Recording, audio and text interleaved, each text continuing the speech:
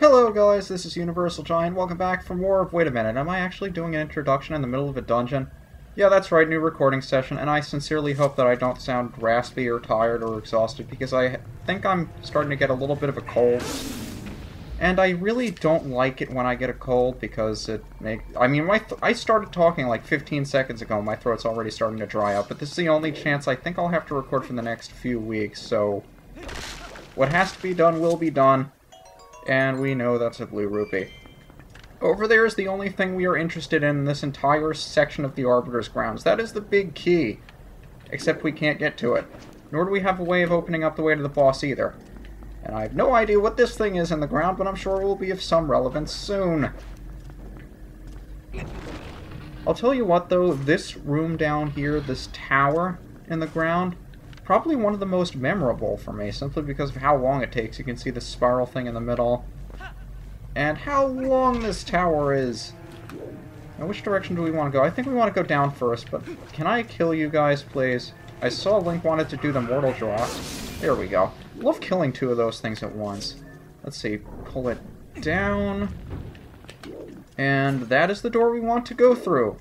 However, we don't have the key for it, so we have to progressively move this up by pushing the lever in the middle, or whatever it is. We saw it in the first room. And you'll see a bunch of these areas off to the side that we can only access one at a time as we steadily push this thing back up. Now, some of these will be traps that you can't actually get to because spikes are in the way. But every time you see one of those, just look to the left or to the right, and you will be able to work your way around to get to the treasure chest. And there's a small key, so if you want to, we can go through the door right now. However, I like to explore every last inch of this place, because I can, I guess, or to show off what's there.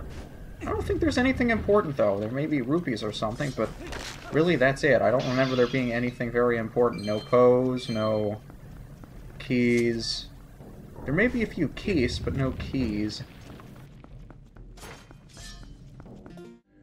Keys and keys, really? We're starting to go with the bad puns again? I don't know, my mind is just all over the place nowadays, especially since I can't remember the last time I got through one of these recording sessions without an interruption or something. And considering that I'm not feeling well, it doesn't exactly aid the cause. Or maybe it's just because I'm not generally a big fan of this dungeon. I mean, sand dungeon in the desert. It's kind of eerie, kind of quiet, haunted sort of feel. But it's not that memorable of a dungeon, honestly. And we're back at the top again. This is the room we came in. Now, at this point, what I like to do is just exit out the top, because that'll reset the floor, and all we have to do is push it down one level to get through the small key door. But this dungeon really isn't all that memorable, and kind of surprised me, because a lot of dungeons in this game, especially later on, are particularly memorable. I mean, of the least memorable, you have this one, you have the Forest Temple, which you'd expect not to be very memorable because it is the first dungeon of the game. But, I mean, other than that, all of the other ones are pretty memorable, considering the fact that as we go further through the game, they're not really going to be temples that we go through, necessarily. I'll tell you what, though, I think this is the most memorable room of all in this entire dungeon. Because once we get a little ways through here, I think you can hear them mulling around right now, but they don't seem to be bothering us too much, at least not yet. As we get further through this room, yep, you can even see them now. It's the shadow rat things again. So let's just get rid of them. And keep an eye out for the ones that will eventually come back. You can see them walking in the sand over there. They're kicking up a little bit of sand as they go through. It's also pretty neat how they do that. Did I just go through the spikes, or... Great, now I've completely lost my bearings. Admin always alerts you to the fact that those things are on you as well, so that's nice and helpful. Now over here is... I could have sworn this thing was on the other side. Maybe I was thinking of the Goron mines. But yeah, it's one of these chains, and if I remember correctly, there's stuff on the other side we want to clear out before we start making a mad dash to the other side. Yes, there's a redad. Chances that I kill this thing before it attacks me. Very minimal, considering the fact that I have those rats on me. I thought I could have gotten rid of them beforehand, but at least I don't fly too far away because I have those things attached to me, so I can just spam jump attack this thing. Unless, of course, that happens. But at least it doesn't send me flying too far, either. That's strange. I know those things weighted me down when I tried to attack, but I wasn't aware that it just made you heavier overall, so you didn't take as much recoil. That's interesting to note. Did we get rid of all the rats? I'm hopeful we got rid of all the rats. See if we can pick up more health. This game is overly generous with health. It even gives you hearts when you don't need it. All these single rats just lurking around being a pain. I like to do this as a wolf because the wolf gives you a little bit of extra speed.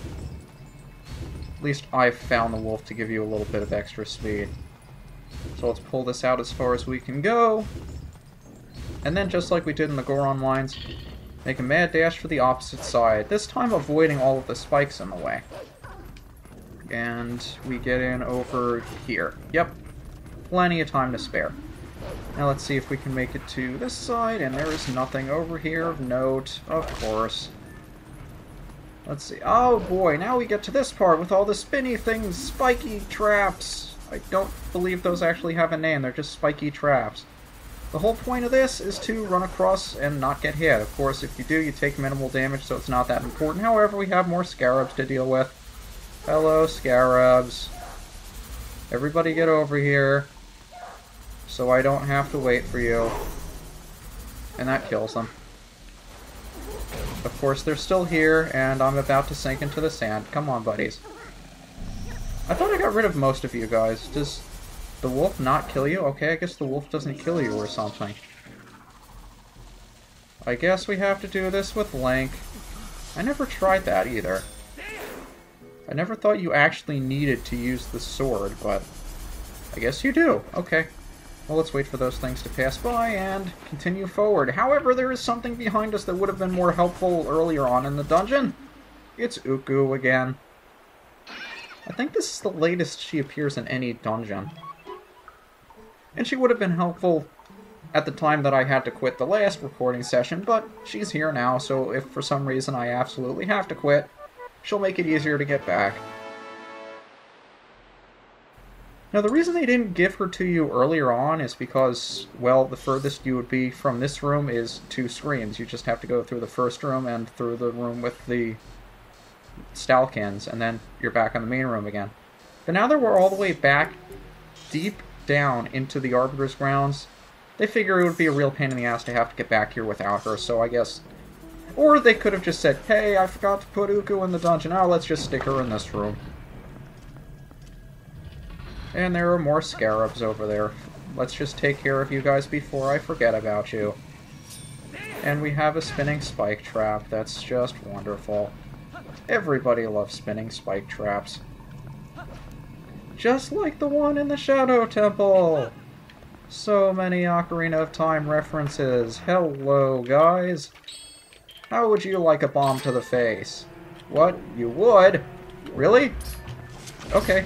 Bomb to the face it is. Yeah, you have to actually activate them before you can blow them up.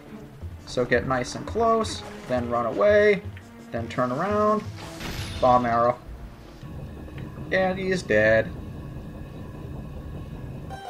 It's so unfortunate that they made the Stalfos extremely easy to kill in this game. You don't even have to fight the damn things, just blow them up.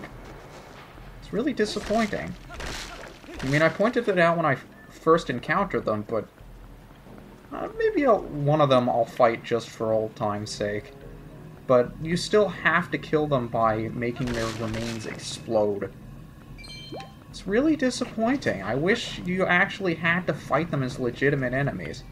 Now, in this room, do not go. Resist the urge to go. See if we can jump over here and start spawning. You see those scarabs all the way down there?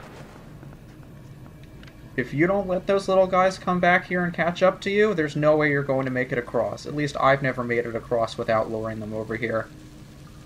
Look at those guys. They're so creepy. But yeah, you have to make sure they can snake their way around. They will sort of home in on you. And they can get stuck behind some of those platforms, so just make sure you move as many of them over to you as possible. Otherwise, well, you're going to get stuck in the sand. I think this is the one room that I've died in most in the entire dungeon, just because I missed, say, a pack of these guys that don't spawn until the very end. You want to get rid of as many of them as possible. So let's see how many more of them we can spawn. I'm surprised that this doesn't cause the game to lag at all, considering how many of them are on the screen at once. Let's see, are there any more we need to get down here? I don't want to have to do this over again. Actually, come to think of it, I think I might try something new.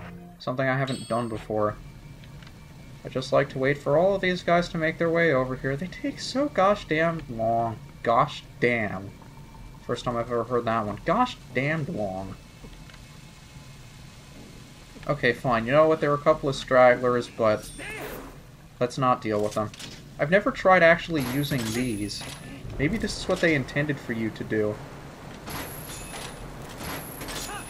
And I've got these guys on me. And now I can't roll, so I'm going to be in trouble if I don't make it, and it looks like I did. I did promise I would show what happens when you get swallowed up, though. I promise I will eventually get to that when I remember to, and I'm not fearing for my life for some reason. And we've already maxed out our wallet. Very nice.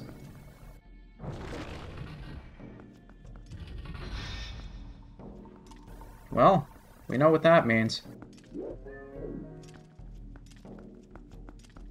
This is really, really ominous, though.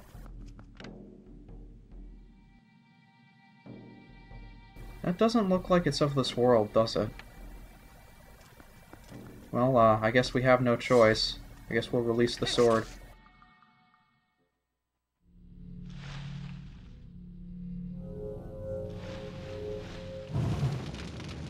Remember, this was a prison grounds, after all, for Hyrule's worst enemies. The worst villains that this land has ever seen.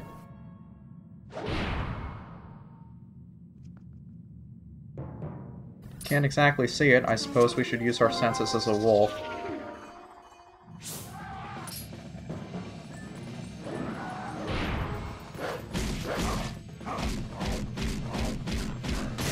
Meet the Death Sword. Probably my favorite mini-boss in the game. Just because it's similar to Phantom Ganon in the previous games. I believe it's fairly easy to beat, though. A lot of the bosses in this game are easy to beat, even the mini-bosses. But this one, if I remember, you can use your arrow or your claw shot to shoot this guy down. I don't know why I'm not bothering to do that. Have I forgotten what to do already? There we go, just shoot him. So he makes his way down here, and do we have to use... No, we just hit him with the sword. Okay, that's cool.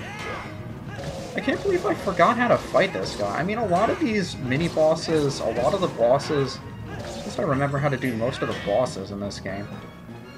But the mini-bosses are so easy that I just tend to forget how to beat them. If that makes any sense. They're just so easy that I never bother to remember how to do it.